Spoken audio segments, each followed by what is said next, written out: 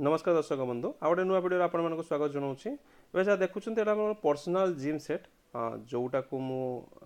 निजे डिजाइन करी निजे बनई कलर भी निजे देती बाकी जो आप डम्बल्स देखुं से सब नॉर्मली किना जो वायर हो कि व्हील हो जो प्लेट हो एटा सीमेंट ब्लॉक प्लेट कह जाए प्राइस कम पाई मुझे रिजन हूँ मोर पर्सनाल जिम दरकार था तो मत हेवी किसी कॉस्टली दरकार नाला मुझे बहुत सारा जिनस को मैनेज करके मो निज बनई जो फ्रेमवर्कटा देखुं आप जोटा देखुं सेटा मोर पर्सनाल जिम सेट निज डिजाइन होती मोर किसी पोजिशन माने किसी करी मोर जमी रिक्वायरमेंट सेमती करी आप देखा रिजन हूँ आपण हिसाब से जब आप किसी रिक्वायरमेंट अच्छी आपटा देखिकी आपंकर जो नेक्स्ट जो डिजाइन करेंगे आप हिसाब से चेंजेस करेंगे आपका हाइट हो कि विड्थ हो जहाँ भी किसी अच्छी वेट लोड हो तो केते वेट दबाक अच्छी मोर नॉर्मली हाईएस्ट वेट रखी गोटे एप्रोक्स 70 ରୁ 80 केजी जमी मुझे लगे पारे जगार बाकी आप 1 क्विंटाल उपर दरकार से करेंगे जो मैंने जिम करूँ तो से अलरेडी जानी कौन कौन कौ कौ जिन लगाई मु प्रोफेशनली जिम कैनि के मत के टाइम मिले तो केते मिले तो मो टाइम काढ़ी कि ना कि टाइम जस्ट गोटे फिटनेस रही कारण दिन सारा कम हेडेक हेक्टिक सब कंटिन्यू लगी रही है किसी टाइम जब मुझे समय पाए राति हो कि दिन दीपर जमतीका से टाइम रे आसिक निज पर्सनाली कर जाए टी निजक फिट रखापी आ कि नुहे जमी किसी प्रोफेशनली बॉडी बिल्डिंग करने जाऊँगी प्रोफेशनल बॉडी करने जाऊँगी निजक जस्ट फिट रही मुझे जिम करे जिम सेटा मोर जो निजर जो शॉप अच्छी शॉप्र ऊपर रूम गोटे नहीं रेंट तो सेठी मुझे सेटअपटा करी कि कम सरला राति टे करी घर जावाई बाकी जो रूमटा देखते सिंगल रूम नेक्स्ट आर जो फंक्शन केमती कौन हुए मुझे आपको जन दूसरी काइंडली मत जस्ट करूँ रिजन हूँ मो प्रोफेशनल नुहे स्टार्टिंग कही अलरेडी जस्ट आर जो जमती मु जिम कला बेले केमती कौन आर मूवमेंट होची कौन होची केतेटा मूवमेंट करे पारिबे एथिरे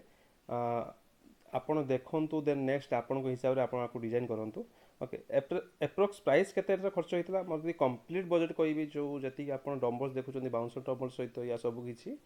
मार कंप्लीट बजट पड़ता मोर 57,000 देन आपणकर जो बाउंसर डम्बल्स गुड़ा अच्छी तार जो केजी अच्छी केजी वेट आसे या पाउंड्स वेट जहाँ भी अच्छी जगह टू जगह डिपेंड करे मोर केजी वेट पड़ता 140 रुपीज पर केजी तो गोटे गोटे यदि डम्बल्स 5-5 केजी 10 केजी थी तो 10 इंटू 140 तो 1400 टका सेमती का आपंकर जी डम्बल्स अच्छी सी एप्रोक्सीमेट बजेट थी 17,000 पाखापाखि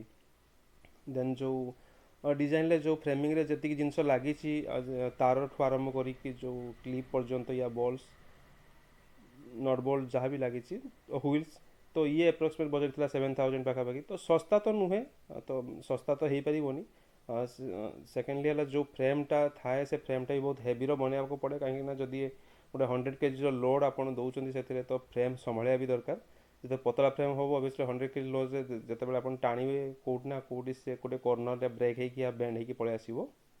मु स्पेसिफिक जो मशीनटा बनई मल्टीपर्पज डिजाइन पाई जमी bicep tricep back front chest बहुत सारा या पेट स्टमक या मारे मु बस 3-4टा वे देखेदेवी केमती कौन मारूँ बाकी आप निजे भाभी पारे जो आप जिम करुँच पर डे आप भाई मुझे वे करें डिजाइन लागू मारी पारि नेक्स्ट क्वेश्चन एटा को आपको बनवा दरकार कि नहीं 90% केस मुझे आपको ना दरकार नहीं रिजन हूँ गोटे जदि आपंकर प्राक्टिकाली भावे कि मो जिम सेटा घरे बन कि जिम करी तो बहुत चांसेस थाए कि पॉसिबल हो पारे रिजन हूँ गोटे जगह को गले आप जो 10 जन को देखिए आपंकर से जो जोशटा आप क्रिएट हम कि करने से मे भी आप घर सिंगल जिम सेट पकईकि आप निजे करेंगे कहारी पाखे कहीं नथिबे तो समटाइम्स बोरिंग भी लगे निज पाखे एटा भी लगे कि फिल हुए कि जमी मो दरकार नहीं करवा या मत इच्छा होनी आज करने छाड़ दूसरी निजर थाए ना कि आप बाहर पेमेंट देते तो डेफिनेटली आप माइंड आसे मुझे पैसा देती कम से कम जाकि जिम कर आसे नेक्स्ट वीडियो लास्टली वीडियो एतिक थिला रिजन आपको जमती कौन डिजाइन दरकार आपको निडी अच्छी आप घरे करने चाहते बाहर को जाको चाहूना एमती सिचुएसन किसी अच्छी आप डेफिनेटली करेंगे बट आ प्राइस टी अधिका बजेट लगातु रिजन हूँ जिते हेवी क्वालिटी आप सेटा को बनइबे से लंग टर्म आप यूज करेंगे एंड लास्ट रे कही देखो मार्केट में भी मिलूँ आप डेफिनेटली किणतु बट निजे बन कि निजे यूज कर मजा टी अलग थाए निजे बन कि निजे मेहनत कर निजे किसी जिन गाड़ी बन कि निजे रास्ता चलेगा तार भी टी इंटरेस्टिंग लगे निजक ତ ଆପଣ ଯଦି ସେମିତି ଜିନିଷରେ ଇଣ୍ଟରେଷ୍ଟେଡ୍ ଅଛନ୍ତି ଡେଫିନେଟଲି ଆପଣ କରନ୍ତୁ, ୟୁଜ୍ କରନ୍ତୁ। ବହୁତ ସାରା ଜିନିଷ ଗାଡ଼ିଠୁ ଆରମ୍ଭ କରିକି ଏଭ୍ରିଥିଙ୍ଗ ଆପଣ ଟ୍ରାଏ କରନ୍ତୁ ଘରେ କରିବା ପାଇଁ, ଯଦି ଆପଣ ସେସବୁ ଜିନିଷରେ କରିବା ପାଇଁ ଇଣ୍ଟରେଷ୍ଟେଡ୍ ଅଛନ୍ତି। ଦେନ୍ ଲାଷ୍ଟଲି ଯଦି ଭିଡ଼ିଓ ମୋର ପସନ୍ଦ ଲାଗୁଛି ଲାଇକ୍ କରନ୍ତୁ, ସେୟାର କରନ୍ତୁ, ସବସ୍କ୍ରାଇବ୍ କରନ୍ତୁ। ଭିଡ଼ିଓ ଶେଷ ପର୍ଯ୍ୟନ୍ତ ଦେଖିବା ପାଇଁ ଆପଣମାନଙ୍କୁ ବହୁତ ବହୁତ ଧନ୍ୟବାଦ।